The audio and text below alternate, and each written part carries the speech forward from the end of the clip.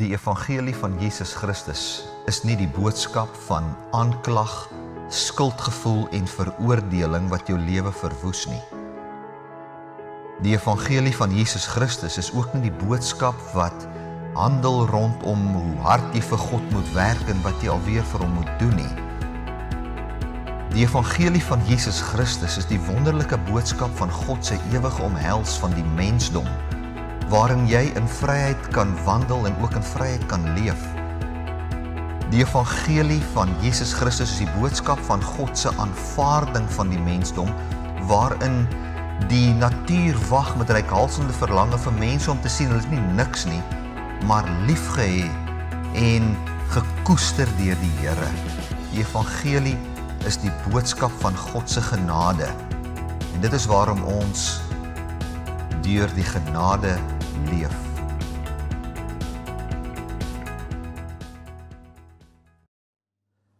Wat ewige bestaan het. Daar's net een so wese. Dit is opgeteken in 2 Timoteus 1. Daar staan God, die enigste onsterflike. So, dis die skaarsste ding wat daar is onsterflikheid. Dis die skaarsste ding wat daar is. Jy kry niks so skaars soos onsterflikheid nie. En net God, die enigste een wat in die Engels sê hy, the unapproachable light, lewe, wat die enigste een is wat onsterflikheid besit.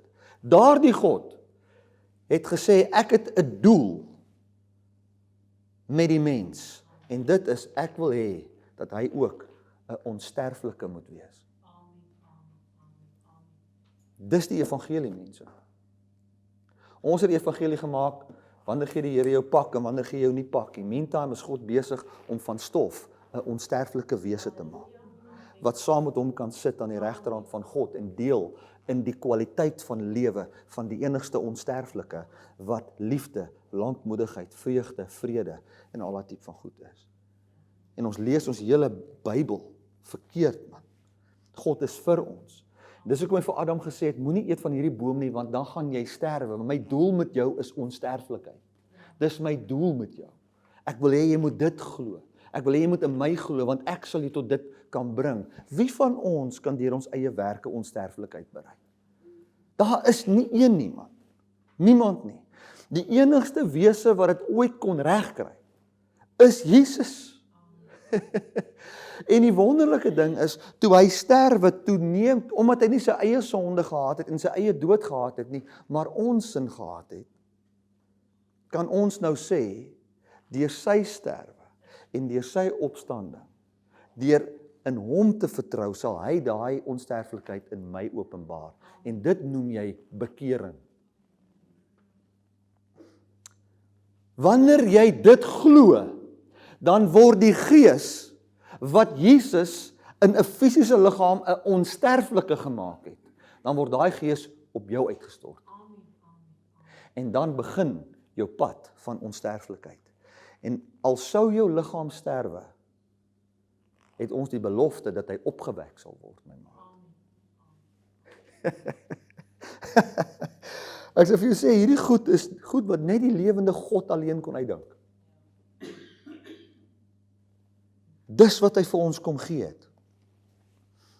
As ons gaan kyk na bekering, dan moet ons sê, Here, wanneer ek my bekeer, of wanneer ek tot bekering kom, die eerste ding is, jy kan jou nie bekeer as God nie bekering geskenk het nie. Met ander woorde, God moes eers 'n onsterflike mens daar plaas, uit die dood uit opwek, sit aan die regterhand van God, nou kan ons bekeer. Hy moes eers die wet verander. Nou kan ons bekeer tot die waarheid. Wanneer ons bekeer tot hierdie waarheid, kom die krag wat Christus uit die dood uit opgewek het, en daai krag begin werk in jou en in my. En ons begin voel hoe die lewe van God voel. En ons kry nou, soos die Bybel sê, daai plant kom op, en eers ontkiem hy, dan sit die blaar, en dan die aar, en dan die saad. So gebeur dit in ons lewens. En ons sien nou die eerste tekens van onsterflikheid. En dit is liefde en lankmoedigheid en vreugde en goed wat in ons begin manifesteer Nie omdat ons 'n wet probeer gehoorsaam nie, maar ons het net geglo in hierdie opgestane Christus, en toe begin ons hierdie goed sien. Nou sê ons, wow, dit is nou hy wat in my leef, dis nie ek wat 'n Bybelversie gehoorsaam is nie. Daar's 'n baie groot verskil. Baie groot verskil. As jy Lena vir my 'n koffie maak, en sy maak dit want sy is lief vir my, is heeltemal anders as wat sy koffie maak, want is een van die lysies op die yskas van wat sy moet doen as sy in die oggend opstaan. Groot verskil. So het God gekom en gesê, die lewe wat ek vir jou wil hê, besit net ek, en net ek kan dit gratis aan jou gee, daar's geen ander wy nie. OK, as ons gaan kyk na bekering, dan sien ons in ander woorde, jy moet God se doel met die mens verstaan. Dan moet jy gaan kyk hoe Christus hierdie doel daar stel, wat ons sien, hy het opgestaan uit die dood, en dan, as ons daai waarheid sien, as die waarheid rondom ons, dan het ons bekeer. Dan het ons bekeer. Paulus het, en ek gaan nie deur die hele gedeelte daar gaan nie, ek gaan punt 1 nie nou beskryf, ons gaan nie genoeg tyd hê nie. Punt 2, Paulus het bekering gepreek in Handelinge 17 vanaf vers 22 tot die einde. Dit is 'n baie goeie voorbeeld van bekering. Hy het gegaan en hy het gepreek vir die mense wat aan afgode geoffer het en wat tempels gebou het en al dat tipe van goed. En ons kan die patroon van bekering baie mooi sien in sy boodskap. Eerste ding wat Paulus vir hulle sê is, julle weet nie hoekom julle hier is nie. Julle dink, julle is hier om 'n tempel te bou vir God, en julle is hier om die Here te dien met julle hande. Maar dis nie hoekom julle hier is nie. Dis wat hy vir hulle sê. Want hy sê, ek sien julle bou al hierdie tempels, maar julle weet, God woon nie in tempels met hande gemaak nie. Ook word hy deur niemand se hande gedien asof hy iets nodig het nie. So wat sê hy onmiddellik vir die mense? Hy bring hulle nou tot bekering. Hy lei hulle tot bekering. Hy lei hulle om nou saam met God te dink. Hulle het saam met die duiwel gedink. Die duiwel het hierdie slawerny ding. God het 'n pa-seun verhouding, waarin ons erfgename is van hom. Is dit nie? Dit is hoe dit werk. Dit is die fondasie waaruit ons alles moet beredeneer. Hy kom en hy sê vir hulle, God word nie gedien met hande nie, ook word hy nie in 'n tempel gesit nie. Julle dink, julle is hier, julle moet God aanbid. Hy het al die engele wat daar ooit kan nodig wees om hom te aanbid. Dis nie hoekom ons daar is nie. Die rede hoekom ons daar is, sê die Bybel baie duidelik, God het ons gemaak met 'n begeerte tot die ewige lewe. Hy sê dan was die doel dat hy 'n liggaam daar kom stel wat ons kan voel en aanvat, sodat ons deur hom die ewige lewe kan hê, dat ons God kan vind. As God die enigste wese is wat ewige bestaan het, en jy het God gevind, dan jy ewige bestaan gevind. Dis hoe dit werk. OK? Dan gaan hy aan en hy sê, en hy het een man daar gestel, Jesus, wat die wêreld gaan oordeel in geregtigheid, en hy het sekerheid aan almal van ons gegee, deur hom uit die dood uit op te wek. So wat sê hy eintlik? Hy sê, luister, ouens, die doel van God met die mens, dis Paulus se bekering boodskap in Handelinge 17. Die doel van God met die mens is ewige bestaan in God se kwaliteit van lewe as 'n mens. Ek praat nie van 'n geesie wat gaan dryf in die hemel nie. Of 'n geesie wat op 'n hart op 'n wolkie speel ergens nie. Ek praat van 'n mens, man. Ons het die ding te vergeestelik. Ons het Griekse mitologie en Griekse filosofie in ons Christendom ingedruk. Ek is maar net 'n geesie wat hier bly binne in 'n lyf. Nee, dis nie waar nie. Jy's 'n mens. Jy is 'n mens. Dis hoekom die Bybel sê in Kolossense so duidelik, die volheid van die Godheid is in Jesus liggaamlik. En jy het daardie volheid. Wie terwyl ek dit sê, kan ek voel hoe my lyf lewe ervaar. Terwyl ek dit sê, voel ek swel so bietjie. Ek weet nie om dit vir jou te sê nie. Dit voel of jou oë beter kan sien. Ek kry 'n ander gevoel.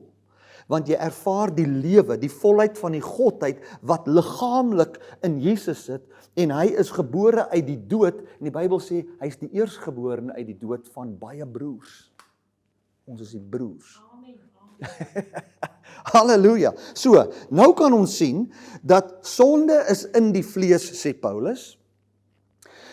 As ons kan bekeer van wat ons dink ons doel was, tot wat God sê ons doel is, om te deel in sy lewe, en ons sien dit vervul in Christus, wanneer ons daai bekering dan, wanneer dit plaasvind in ons hart, dan vind ons dit is tot die verlossing van ons sonde. Ons vind dan, hierdie goed val dan af van ons. Dis wat hierdie gedeelte, dis wat hierdie skrif sê.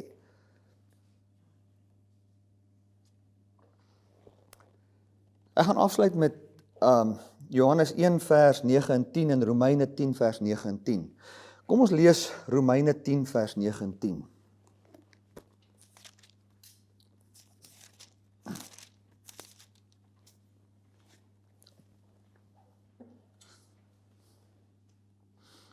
Hoor mooi hoe werk redding. Wanneer ons praat van die verlossing van sonde, dan praat ons van redding. God red jou van jou sonde en hy red jou van die dood. Dit is, die woord hel beteken doderyk, dit beteken die dood. Gaan bestudeer dit in die Grieks, gaan kyk, maak seker jy doen 'n ordentlike studie van dit. Dit beteken die doderyk, die dood. Hy sê hier in Romeine 10, hoekom ek dit sê is, ons moet besef, dat wanneer ons hoor redding, dan moet ons nie dink net aan 'n vuur wat brand ergens nie. Want dit is 'n Griekse manier van dink, man. Wanneer ons dink aan redding, dan moet ons sien dat Jesus, in Handelinge, in Hebreërs 2, sê dit so duidelik, Jesus het gebid tot die Vader wat hom kon red. Waarvan was Jesus gered? Hy was gered van die dood, want die Vader het hom uit die dood uit opgewek. Jesus moes gered word. Nee, hoe kan Jesus moes gered word? As jou hart nie kan sê Jesus moes gered word nie, dan verstaan jy nog nie die evangelie nie. Jesus het in die dood ingegaan, hy het sonde geword en die Vader moes hom uitred uit dit uit. Dis hoekom hy gebid het tot die een wat hom kan red. Toe die Vader Jesus uit die sonde uitred en uit die dood uitred, omdat hy nie sy eie sonde gehad het nie en sy eie dood gehad het nie, kan ek nou redding aan jou verkondig. Verstaan jy dit? Dis goeie nuus, man. Dit maak my bly, dit maak my dat ek voel, ek het 'n God wat iets vir my kan beteken vandag. Ek wil vandag voel, hoe die Here my red van goed. Nou sê die Bybel hier in Romeine 10, vers 9. Kom ons lees dan vers 8, hy sê, maar wat sê dit? Naby jou is die woord, in jou mond en in jou hart. Dit is die woord van die geloof wat ons verkondig.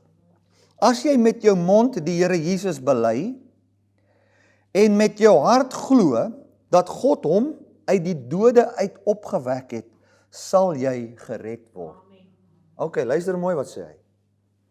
Ons het hierdie ding gehad. Sê net, Jesus is Here, en hy het opgestaan. Jy is gered. Ek onthou, dis hoe ek evangelie gepreek het baie keer. Jy moet net kan sê, Jesus is die Here, jy moet jou mond kan bely, jy moet jou mond die Here Jesus bely, en glo dat God hom uit die dood uit opgewek het, en jy sal, ek het dan gelees daar, hemel toe gaan. Dis wat ek gelees, maar daar staan nie hemel toe gaan nie. Dis nie wat daar staan nie. Dit is wat ons noem, in die Engels sê ons 'n eisegesis. Dit is 'n exegese, is nou maar 'n moeilike woord, waar jy eintlik sê, jy vat wat in die skrif is, en jy wys dit vir almal. En 'n eisegese is wanneer jy iets wat nie in die skrif is nie, vat, en in daai skrif insit.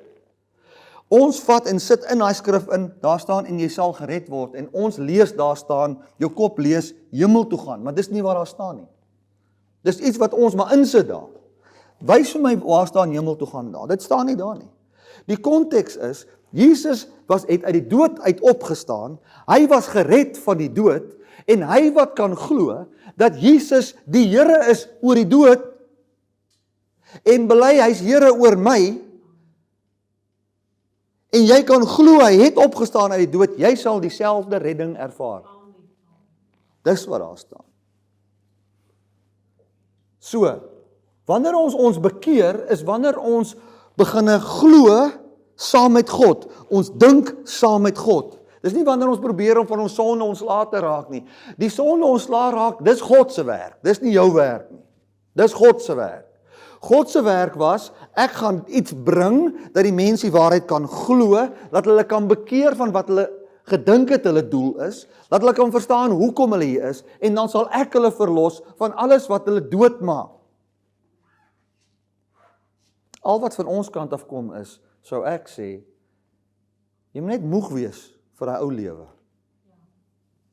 En as jy nie moeg is vir hom nie, dan kom jy na die Here toe en dan sê jy, Here, daai lewe geniet ek nog so baie, maar hier diep binne in my is 'n stemmetjie wat sê, daar's 'n beter lewe vir my. En ek wil net sê, ek's oop vir dit. As jy net daai spaak begin, as jy sien wat met God in jou lewe. Daar's party mense wat sê, nee, maar hulle glo nie in 'n God nie, daar is nie 'n God nie. En ek het 'n baie wonderlike ding gekry, wat ek deesdae vir mense sê, wat dit vir my sê, wat sê God praat nie in elke ou se hart nie. Dus sê ek, okay, as jy sê God praat nie met jou nie, kom ons doen 'n leenverklikkerstoets. Dan kyk ons of dit waar is. Jy sê jy glo nie in 'n God nie, kom ons doen die toets. Ek weet nie, jy kan gaan oplees, daar het nog nie een persoon 'n leenverklikkerstoets geslaag, wat sê hy's 'n ateïs nie. Hulle dop vir hom almal. Hulle glo daar's 'n God, hulle is net halstarrig. God het 'n doel met jou, en baie van die mense wil nie bekeer nie, want hy dink bekering is, ek moet dit los en dit los, want God is so obsessief oor my gedrag en goed. Meantime, is die hele doel wat God met hom het, word nie aan hom verkondig nie, hy hoor dit nie. Hy wil nie 'n slaaf wees nie, dis hoekom hy nie na God toe wil gaan nie. Maar ons is nie God se slawe nie, ons is God se kinders en sy vriende. En hy kom deel sy lewe met ons. So, laaste vers, 1 Johannes 1 vers 9 tot 10. So, bekering beteken metanoia, met, saam met, nous, Griekse woord vir gedagte, om saam met God te dink, om saam met God jou doel te verstaan en doel te kan sien. Hierdie bekering dien dan tot 'n verlossing van sonde. Jy bekeer jou nie van jou sonde om hemel toe te gaan nie, jy bekeer jou van wat jy geglo het en dit bring 'n nuwe lewe. Johannes 1 vers 9 tot 10, hy sê hier, 1 Johannes 1. Wie wat? Lyk vir my myne is uitgeskeer. Hier is hy. Met 'n paar keer op TV, dan kom ek aan blaai, kan staan net so 'n halwe bladsytjie, dan is hy nou al weg.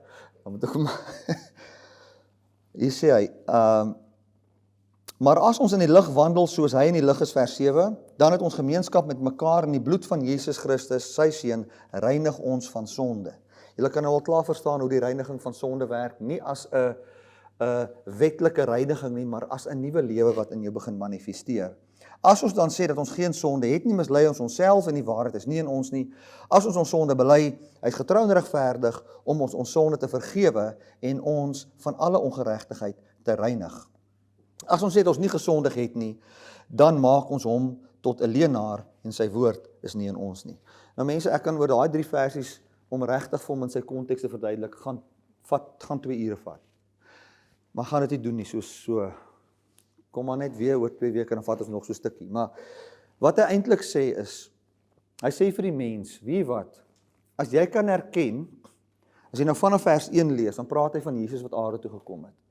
Hy sê, as jy kan erken dat Jesus aarde toe gekom het, en jy kan erken jy's 'n sondaar, en jy erken hy het opgestaan uit die dood, en jy is 'n sondaar, dan sal daai waarheid, wat ek nou net aan julle verduidelik het, van die opstanding van Christus, sal jou reinig van jou sonde. Want hier was mense gewees, vir wie Johannes geskryf het, wat nie geglo het, hulle het sonde nie. Hulle het geglo, hulle gees is heilig, sonder God. Die gees is heilig, of hy nou God glo of nie, dis wat hulle geglo het. En dan het hulle geglo, hulle gees, as hy doodgaan, gaan na 'n beter plek toe gaan, soos wat die boeddhiste glo. So goed, jy het hierdie gedeelte half aan 'n boeddhis geskryf, wat gesê het, ek is 'n gees, en ek is 'n gevangene van hierdie liggaam, En wanneer hierdie liggaam sterwe, gaan ek verlos raak van hierdie liggaam en dan gaan ek beter leef. Nou kom Johannes en sê nee.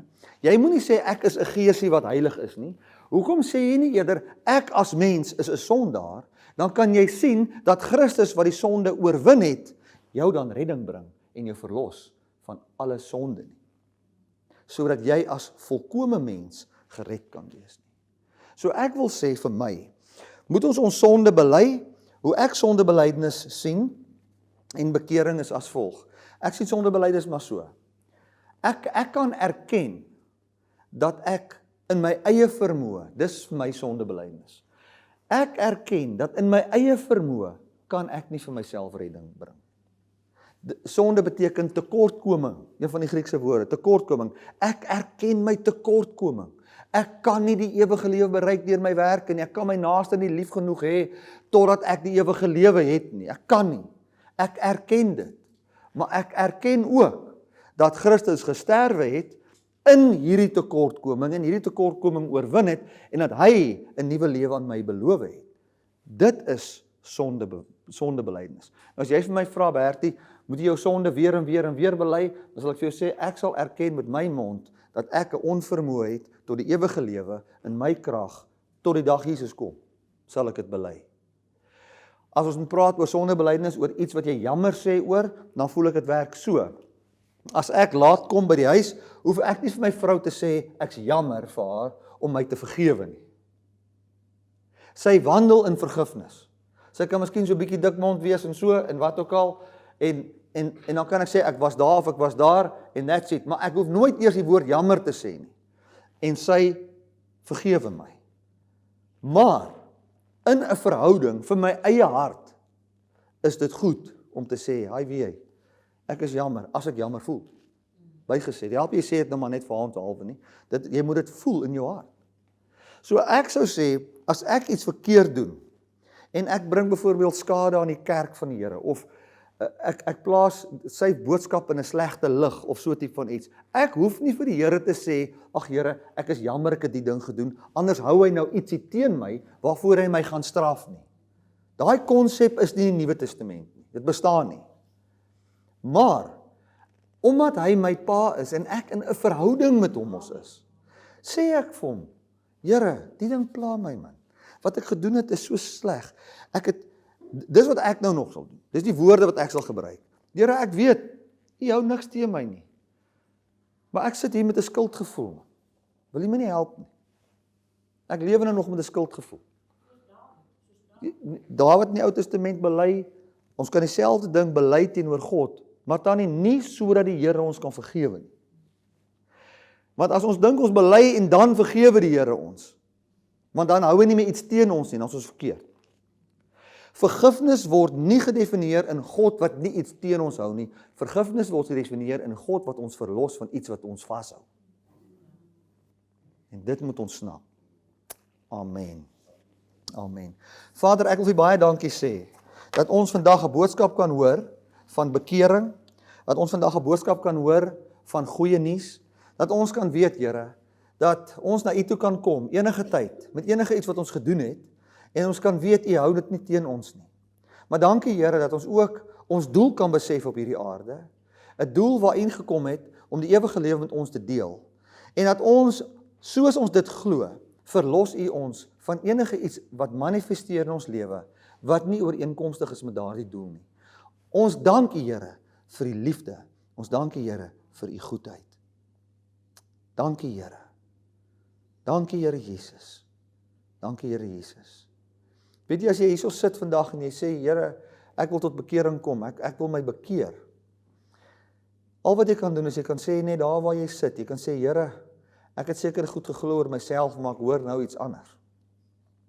En ek hoor U Gees praat binne in my, dat hierdie waar is. En ek aanvaar hierdie waarheid, is die waarheid oor my lewe. Ek aanvaar dit, Here. Net daar waar jy is, kan jy dit doen. En jy sal sy Gees ontvang, en 'n nuwe lewe begin ervaar van vandag af. Amen.